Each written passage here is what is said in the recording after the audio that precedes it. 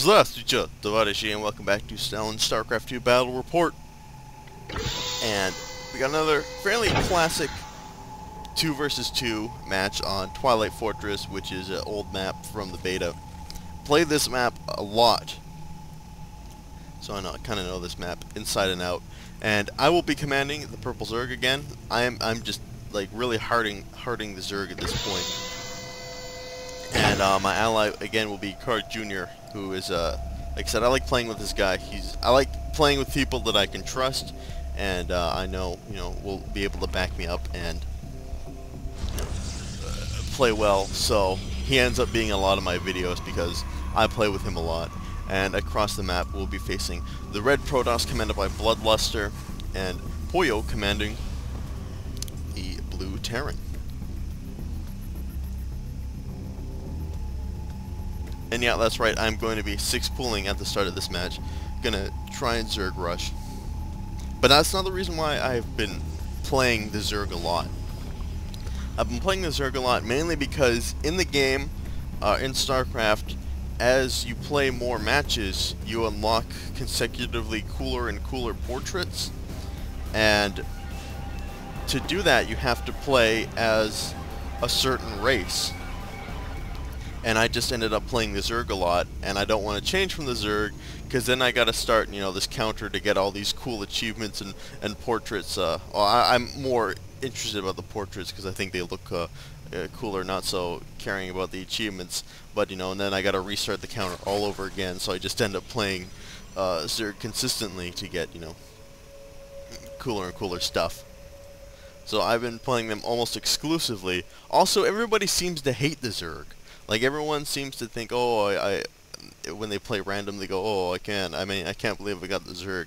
I hate them so much, and I don't know. I think they're awesome. I love them. They're very unconventional.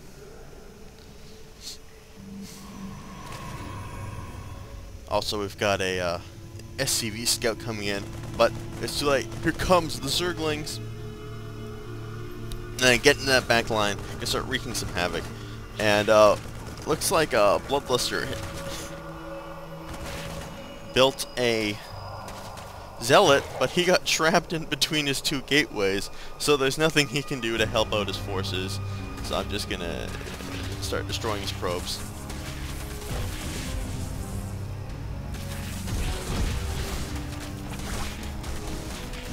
Then we're gonna get into a battle with his zealot that he made, but there's too many Zerglings for it, and they're gonna kill it. And now he's gonna turn those probes around and have them start attacking my Zerglings. So it wasn't the best Zerg rush, but it slowed him down a little bit, and it slowed him down enough so I could start getting troops out of my own, and I could also see what was up.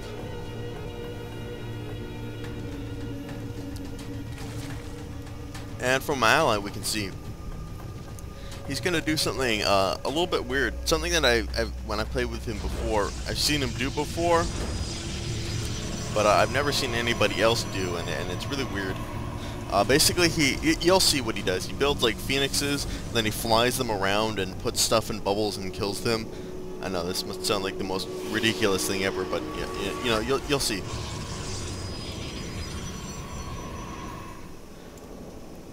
And on the other hand, looks like we're going to get a strong infantry push from our Terran friend. Lots of Marines and Marauders, I'm going to assume. And for now, seeing plenty of Zealots out from the Protoss player, don't know where he's going to go. At this point, yeah, I mentioned that the Protoss had the worst build ever, because that Zealot is still trapped in between his gateways. And for some reason, I think that's just hilarious. I don't know why. I just think it's awesome. And with that also, first one to expand. The Zerg are always like the first one to expand, it seems. Just because they need that extra hatchery so they can produce those units. Very good thing to have. And I'm getting quite good at consistently outproducing and outmassing my enemies. So here you'll see what he's doing. He's got these phoenixes out. they're gonna fly in. They're gonna do a little bit of harassment on the enemy's economic lanes. And I decided I was gonna go mutas, but then I changed my mind after I see what Bloodluster and Poyo are going for. So here's what he does. He comes in and he starts picking up these probes in his phoenixes, and then starts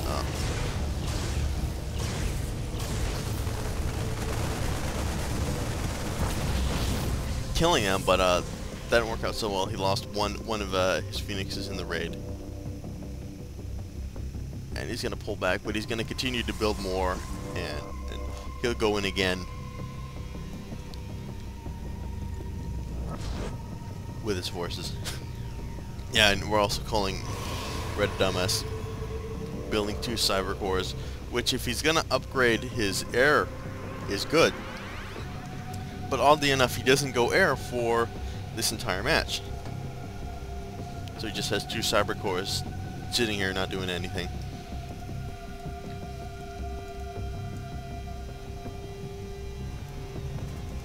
But again, definitely a MMM push from the Terran player. If you don't know what MMM means, it means Marines, Marauders, and Medevacs. Very standard Terran build, very classic Terran build. Kind of tried and true Terran tactic. It's pretty simple and, you know, pretty effective. So when I see that he's going MMM, I decide that I'm going to switch to Hydralisks, just because Hydralisks are better than Marines. They've got more hit points, they got more attack points, and they got a larger range. And Marauders aren't very effective against Hydralisks because they're way more effective against armored opponents. And Hydralisks are not armored, they're light. So here we go, we can see that he's doing... let's just rewind that a little bit, just so we can see that again. I was busy yammering on about something. So this is what he does. He comes in, picks all these harvesters up and bubbles and kills them. And then he flies away. And that's it. That's the harassment tactic. And I had never seen that before until I played with him, and I thought, you know, that's kind of cool. That's kind of a cool trick. But I think I'll pass on it, mainly because I don't play as the Protoss very much. I don't have a good... Well, I guess this is one I can add to my Protoss bag of tricks, but I don't have a very, you know, big Protoss bag of tricks.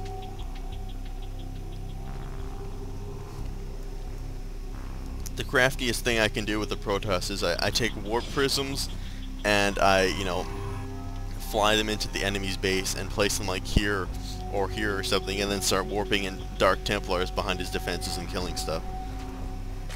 It's about as crafty as I get with the Protoss.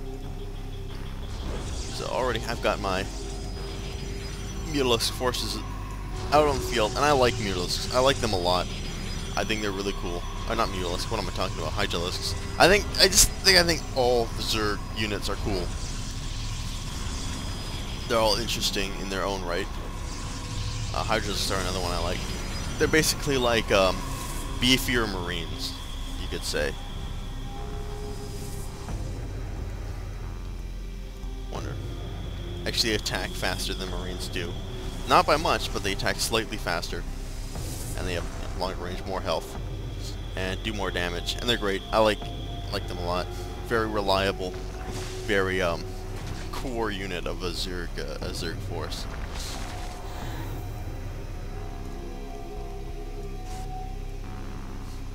Also, when I see that our enemies, or at least the Terran player, is going for an MMM tactic, I decide I'm going to warp in a Baneling nest and get Banelings out there. Because those Banelings will destroy Marines as long as I can get them up close enough. And I had quite a devious way to get them up close and personal, and you'll see that later in the game. Also, something I'm kind of interested in to see, you know, what people do when they play this game, because my girlfriend recently got this game, and she was telling me that she talks to her units in her head, that she like tells them like, okay, SCV, you're gonna go and you're gonna harvest minerals, and you know, Marines, you're gonna get in the bunker. And I was wondering if most people do that, because what I do, in my head, I'm always planning, you know, steps ahead. I'm like, okay, I'm going to build mutos, and I'm going to do this, and I can see that he's building these guys, so I'm going to build these guys instead. And I talk out my strategy in my head, but I'm wondering if there's other people that, like, talk to their units directly in their head, or what they do, or what they think about when they're playing StarCraft. So anyway, I got my Banelings out. They're ready to do terrible, terrible damage on a moment's notice. Also, I decided I'm trying to take to having detectors around as often as possible, just to avoid you know, inconveniences of cloaked units. So I've now tried and get an overseer patrolling my base.